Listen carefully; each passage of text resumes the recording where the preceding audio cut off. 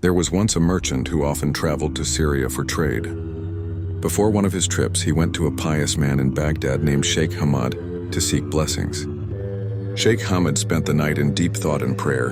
The next morning, he told the merchant, "Do not go on this journey. If you travel, you will be robbed and killed."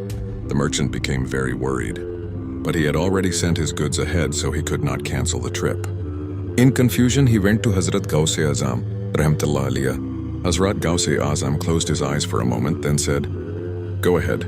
Travel without fear. Nothing will harm you." The merchant obeyed and continued his journey.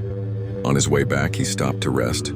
While sleeping, he saw a terrifying dream. In the dream, robbers attacked him, stole everything, and killed him. The dream was so real that he woke up shaking with fear.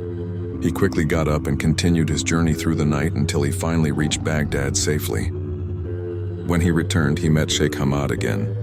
The sheikh looked at him with a smile and said, "What was written in destiny did happen, but only in your dream. The prayer of my master, Hazrat Ghaus-e-Azam, changed your death into a dream." The story ends with this lesson: whoever is under the care of Hazrat Ghaus-e-Azam is in reality under the protection of Allah Almighty. Thank you for watching my video. I will be back with my new video. Follow me, you don't miss it, my new video. Thank you. Bye.